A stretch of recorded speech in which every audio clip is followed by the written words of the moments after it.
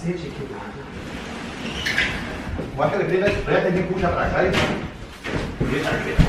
America की धरती से जोहार गाँव वालों। तो आज हम किचन में काउंटर लगा रहे हैं जो ग्रेनाइट और मार्बल का जो बना होता है वो कैसे लगाते हैं हम आपको इस वीडियो में दिखाएंगे। साथ ही आज के इस वीडियो में बताने वाला हूं कि इन मार्बल टाइल्स बनाने वाले फैक्ट्री में जो काम करते हैं उनकी सैलरी कितनी होती है, उसके लिए कितना पढ़ा लिखा होना ज़रूरी होता है, और वो जब इस किचन में काउंटर लगाते हैं तो उसके पहले क्या तैयारी करते हैं, क्या प्रक्रिया होती है, उसके बारे में तो वीडियो को आखिरी तक देखते रहना।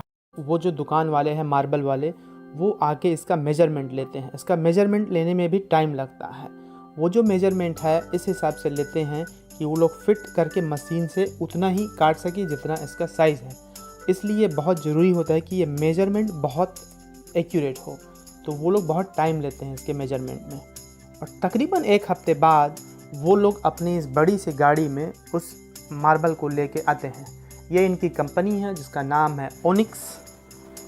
ये अलग अलग, जैसे यहाँ पर कंपनियाँ होती है जो अलग अलग तरीके का काम करती है, तो ये लोग सिर्फ मार्बल और ग्रेनाइट लगाने का काम करते हैं। तो ये तकरीबन 20 किलोमीटर दूर में रहते हैं हमारे शहर से, और इसको डिलीवर करने के लिए इनके पास एक विशेष तरीके का उपकरण भी होता है।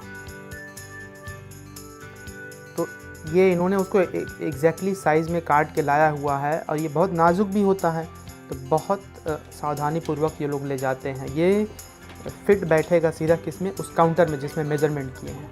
अब सीढ़ी के द्वारा भी ये लोग मतलब देखो कैसे ले जाते हैं। ये लोग जो भाषा बोल रहे हैं वो पुर्तगाली भाषा है। ज़्यादातर लोग जो ग्रेनाइट या मतलब घर के किसी तरीके का डेकोरेशन में काम करते हैं वो ज़्यादातर इमिग्रेंट लोग रहते हैं। तो ये लोग पुर्तगाल से हैं। ये लोग स्पेशलिस्ट हैं इस विभाग के। टूटने का डर भी है लेकिन ये लोग कर ले रहे हैं। चक्का लगा हुआ है तो उससे थोड़ा आसानी होता है शायद। आपको क्या लग रहा है, क्या आप ये काम कर सकते हैं? मुझे तो लगता है ये ऐसा काम है जिसको ज़्यादातर व्यक्ति कर ही सकते हैं। फिर इसको उसके ऊपर बिठाना, काउंटर के ऊपर बिठाना, वो भी एक जटिल काम है। क्योंकि इसके टूटने का डर रहता है। जैसे मैंने बताया कि ये बहुत नाजुक होता है, लेकिन ये लोग ताकतवर भी हैं और कलाकार भी हैं कि कैसे उसको बिठाना है। तो ये जा रहा है काउंटर के ऊपर, जिसको इन्होंने पहले मेजर करके ले गया था। और देखिए इनका तरीका, ये भाई साहब अंदर गया और इधर से धक्का दिया जाएगा। ये काम देखने में भले आसान लग रहा हो, मज़दूरों को काम को ऐसे ही समझा जाता है, लेकिन ये बहुत मुश्किल का काम है। ये बहुत हैवी रहता है। इसको एकदम ठीक साइज़ में बिठाना होता है, उसका मेजरमेंट करते हैं। इसका रेट जो है अमेरिका में फ़िलहाल पर स्क्वायर फुट $25 का है। ये मार्बल है, ग्रेनाइट जो है इससे महंगा आता है, और इसको हमको लगाने में इस किचन में बस इतना ही छोटा सा लग रहा होगा। तकरीबन 1,45,000 के करीब खर्चा आया है, $2,000 के लगभग। तो इसमें भी अलग अलग क्वालिटी आता है। अगर आप और ज़्यादा चिकनाई वाला, ज़्यादा शायद शाइनी वाला देखेंगे तो वो ज़्यादा महंगा आता है, लेकिन ये दोनों के बीच का था, ना सस्ता था बहुत, ना बहुत महंगा। लेकिन यहाँ के लिए ये बहुत सामान्य रेट है अमेरिका में मार्बल के लिए। आपके गांव में क्या रेट चलता है बताना। पहले ग्रेनाइट चुनने वाले थे, ग्रेनाइट नहीं चुना क्योंकि ग्रेनाइट बहुत महंगा था, और ये घंटे भर में पूरा सब चीज़ फिट फाट कर देते हैं। और फिट करने के बाद, बिठाने के बाद उसमें लगाते हैं, ये वाइट टाइप का सामान होता है, उसको कॉकिंग बोलते हैं। तो ये जो मज़दूर आए हैं यहाँ पर काम करने, ये ज़्यादातर ब्राज़ील देश से हैं।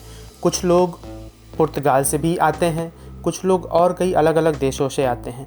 ज़्यादातर जो लोग हैं, जैसे ये भाई सब लोग अंग्रेज़ी नहीं बोलते हैं, बिल्कुल भी अंग्रेज़ी नहीं बात कर पा रहे थे वो लोग। जैसे कि मैं बार बार बोलता हूँ, यहाँ पर बहुत सारे काम के लिए अंग्रेज़ी बोलना ज़रूरी नहीं होता है। अब आप मुझसे पूछेंगे कि क्या मैं भी अमेरिका आ सकता हूँ? देखो, आने के लिए कोई भी आ सकता है। आपके पास जो स्किल होता है उस पर मजबूत होना ज़रूरी है। उसके हिसाब से आपको एक अच्छा रिज्यूमे बनाना ज़रूरी है। अब बात जहाँ तक अमेरिका आने की है, तो बहुत सारी कंपनियाँ होती है। जैसे ये एक कंपनी है ओनिक्स, आप थोड़ा सा जाके रिसर्च कीजिए। जैसे ये मज़दूर है, ये भी कहीं से आके यहाँ काम कर रहा है, टाइल्स बना रहा है, और ये जो टाइल्स है इनकी फैक्ट्रियाँ ज़्यादातर शहर के बाहर में होती है। इनकी जो कंपनियां होती है उनका ऑफिशियल वेबसाइट होता है। उस ऑफिशियल वेबसाइट में आपको जाके थोड़ा रिसर्च करना पड़ेगा कि क्या वो इंटरनेशनल लोगों को लेते हैं। अब ये मज़दूर तो आए हैं ना कहीं से, ये हवा में उड़ के तो नहीं आए हैं, वो भी जॉब ढूंढते ढूंढते आए हैं। तो थोड़ा सा प्लीज़ आप मेहनत किया कीजिए। अगर आपको और बहुत सारे मज़दूरी वाले जो वीज़ा है अमेरिका आने के लिए, उसके बारे में मेरे चैनल में ढेर सारे वीडियो हैं। तो प्लीज़ मेरे चैनल को सब्सक्राइब करना। सिर्फ व्यूज़ के लिए मैं नहीं बोल रहा हूँ, अगर आपके लिए वो हेल्पफुल रहता है तभी आप सब्सक्राइब करना। और आप जो है मेरे चैनल के बेल आइकन को भी प्रेस कर दिए रहना, ताकि जब भी मैं नया वीडियो अपलोड करूं आपको वो जॉब के बारे में इन्फॉर्मेशन मिलते रहे। मैं हर हफ्ता 2-3 वीडियो अपलोड करता ही हूं, खासकर जो मज़दूर वर्ग के लोग हैं उनके लिए। आप में से बहुत सारे लोग मुझसे पूछते हैं कि क्या मैं जॉब दे सकता हूं। मेरी कोई कंपनी नहीं है, लेकिन मैं कोशिश करता हूं, ये कोशिश कर रहा हूं कि इस तरीके के जो लेबर वाले जॉब्स हैं उसके बारे में जितना ज़्यादा जानकारी हो आपको मैं बता सकूं। लेकिन आपको खुद कुछ काम करने की ज़रूरत है, कंसल्टेंसी कंपनियों से संपर्क करने की ज़रूरत है। जैसे यहाँ पर जो मार्बल आता है वो बहुत बड़े तादाद में आता है। बहुत सारे मार्बल्स तो शिपिंग के थ्रू भी आते हैं, इंडिया से भी आते हैं, पाकिस्तान से भी आते हैं और कई मुल्कों से आते हैं। अब ये जो शिप में काम कर रहा होगा वो भी एक तरीके का मज़दूरी का काम है, उसके लिए भी कोई ना कोई जॉब तो कर ही रहा होगा।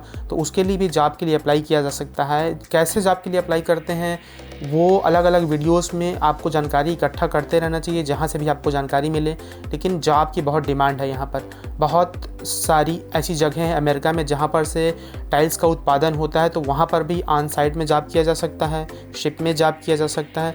अलग अलग जगह में अलग अलग तरीके का जॉब किया जा सकता है। जहाँ तक सैलरी की बात है तो 1 घंटे की इनकी कमाई $20 से $50 तक के बीच हो सकती है। डिपेंड करता है कि कौन सब विभाग में तुम काम करते हो, कितना आपके पास अनुभव है, कितना आपके पास स्किल है।